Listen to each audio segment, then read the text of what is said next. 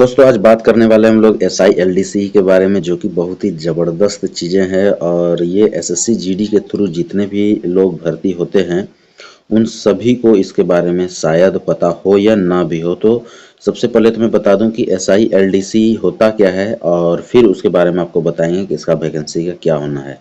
मैं बता दूं SI LDC एक ऐसा मतलब आपको ऑप्शन दिया जाता है, खास करके पैरामिलिट्री में, जिसमें कि आपको यहाँ पे एक मौका दिया जाता है। मान लीजिए कि बहुत लड़के ऐसे भी होते हैं जिनको कि कोई प्रॉब्लम या कुछ कारण के चलते जल्दी से जल्दी भर्ती हो जाते हैं पैरामिलिट्री में, CAPF में, पर उनमें और भी क्वालिटी है कि वो आगे बढ़ सकते हैं। तो आपको एक आगे बढ़ने का बहुत बड़ा मौका मिलता है, जिसको कि यहाँ पे SI LDC बोलते हैं। यानी कि आप यदि कांस्टेबल में हैं या कांस्टेबल ट्रेड्समैन में है। कांस्टेबल ट्रेड्समैन का मतलब है कि जैसे कुक है, वाटर कैरियर है, अपना कोबलर है, बार्बर है, इस तरह के जितने भी ट्रेड्समैन है वो हो गए। और फिर आपका कांस्टेबल, इन दोनों को ये ऑप्शन मिलता है कि आप जो है हर जगह पे कुछ कुछ अंतर होते हैं, जैसे BSF है, CRP, सारे फोर्स है। तो मिनिमम 3 साल या 4 साल सर्विस यदि आपका कंप्लीट हो गया है तो उसके बाद ये डिपार्टमेंटल वैकेंसी आता है सीधा सब इंस्पेक्टर के लिए। यानी कि आप यहाँ पे सीधा सब इंस्पेक्टर बनते हैं और SI बनते हैं। और इसके लिए योग्यता यहाँ पे कुछ नहीं है, बस आपका 3 या 4 साल सर्विस हो जाना चाहिए। किसी किसी फोर्स में 3 साल भी लेते हैं, कहीं कहीं 4 साल भी लेते हैं, लेकिन मैक्सिमम जो है 4 साल का ही प्रावधान रहता है। और 4 साल सर्विस होने के बाद आप ग्रेजुएट होना चाहिए किसी भी सब्जेक्ट से, उससे कोई दिक्कत यहाँ पे नहीं है। तो आप जो है SI LDC का फॉर्म भर सकते हैं। SI LDC का फॉर्म का मतलब है कि ये डिपार्टमेंटल एग्जामिनेशन है, जिसमें कि सिर्फ डिपार्टमेंट के ही लड़के बैठेंगे। यानी BSF में यदि आप SI LDC भर रहे हैं तो सिर्फ BSF के लड़के ही बैठेंगे, और उसमें भी सिर्फ कांस्टेबल ही बैठेंगे। ऐसा नहीं कि हेड कांस्टेबल मिनिस्ट्री बैठ जाएगा या ASI या हवलदार RO या RM, ये सब कोई किसी के लिए नहीं है, सिर्फ और सिर्फ कांस्टेबल के लिए है और कांस्टेबल ट्रेड्समैन के लिए। यही दो इसमें बैठ सकते हैं।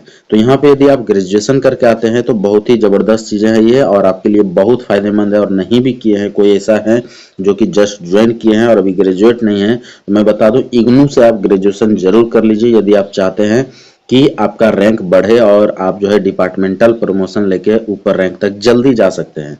अदरवाइज कांस्टेबल में आप रह के पूरा सर्विस कर लीजिएगा, तब आप SI तक पहुंचिएगा नॉर्मल प्रमोशन से। जबकि यहाँ पे यदि आप छोटा सा एक एग्जाम निकालते हैं तो डायरेक्ट SI बनता है और फिर उसके बाद इंस्पेक्टर AC DC 2IC तक चले जाइएगा।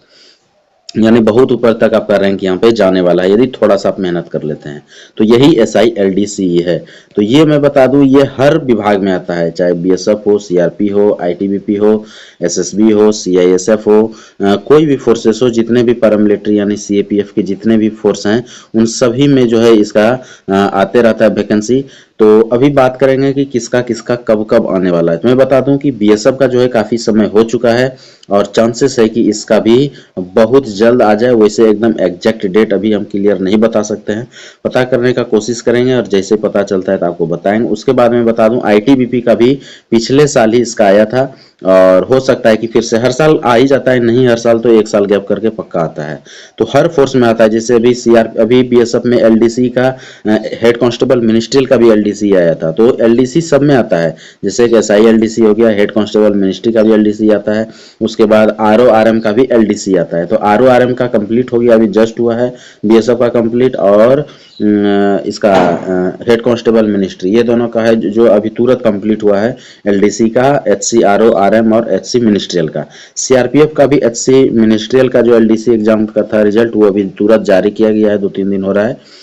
और CISF का ऐसा LDC का भी नहीं आया है।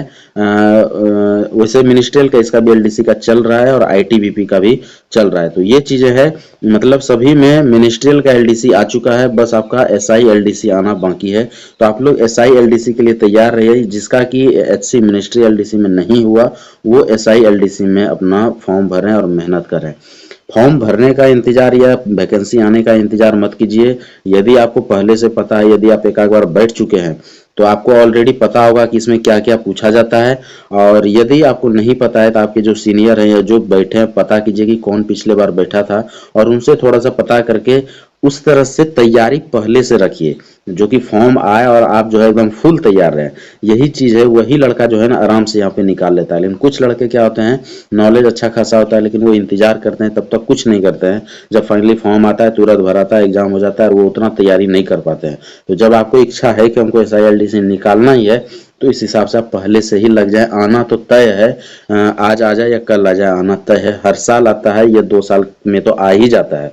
तो इस हिसाब से आप तैयार रहिए SILDC फॉर्म के लिए। और जितने भी दोस्त हैं वो अच्छे से मेहनत कीजिए। आपके ऊपर जो आप यदि नहीं दिए हैं तो आपसे जो सीनियर लड़के हैं जिन्होंने दिया उनसे पता कीजिए किस टाइप का क्वेश्चन आता है। इसका क्वेश्चन भी डिपार्टमेंटल आता है, ज़्यादा जो है आउट क्वेश्चन नहीं पूछा जाता है, मैक्सिमम डिपार्टमेंटल क्वेश्चन होता है।